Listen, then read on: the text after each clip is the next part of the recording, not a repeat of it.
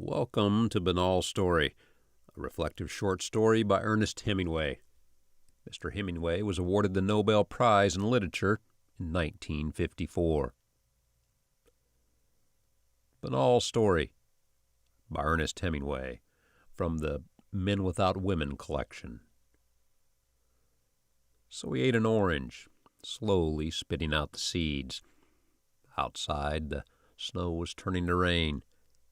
Inside, the electric stove seemed to give no heat, and, rising from his writing table, he sat down upon the stove. How good it felt! Here, at last, was life. He reached for another orange. Far away in Paris, Mascart had knocked Danny Frush cuckoo in the second round. Far off in Mesopotamia, 21 feet of snow had fallen.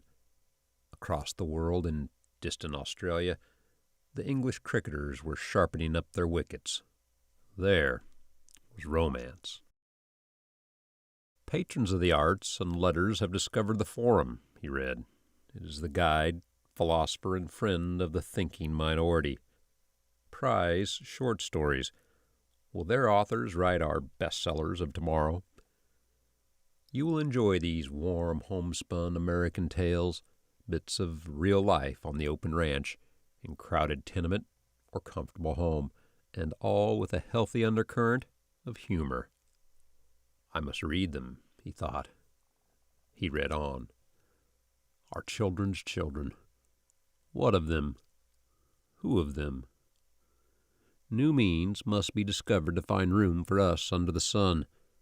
Shall this be done by war, or can it be done by peaceful methods? Or will we all have to move to Canada? Our deepest convictions. Will science upset them?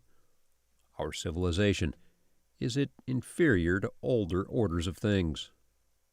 And meanwhile, in the far-off dripping jungles of Yucatan, sounded the chopping of the axes of the gum choppers. Do we want big men, or do we want them cultured? Take Joyce. Take President Coolidge. What star must our college students aim at? There's Jack Britton. There's Dr. Henry Van Dyke. Can we reconcile the two? Take the case of young Stribling.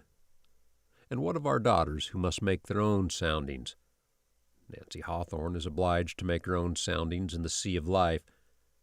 Bravely and sensibly she faces the problems which come to every girl of 18.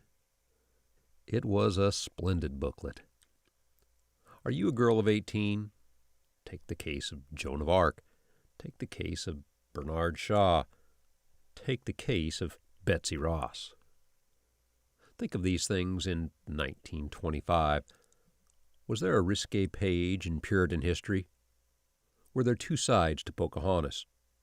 Did he have a fourth dimension? Are modern paintings and poetry art? Yes and no. Take Picasso. Have tramps codes of conduct? Send your mind adventuring. There is romance everywhere. Forum writers talk to the point, are possessed of humor and wit, but they do not try to be smart and are never long-winded.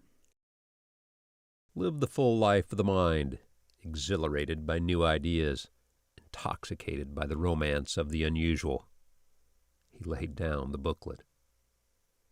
And meanwhile, stretched flat on the bed in a darkened room in his house in Triana, Manuel Garcia Mara lay with a tube in each lung, drowning with pneumonia.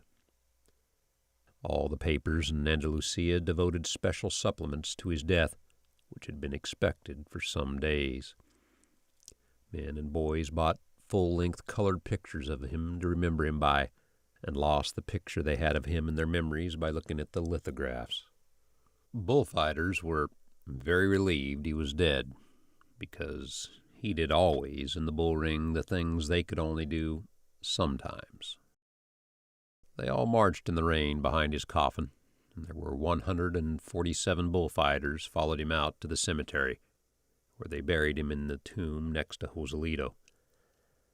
After the funeral, everyone sat in the cafes out of the rain and Many colored pictures of Mara were sold to men who rolled them up and put them away in their pockets.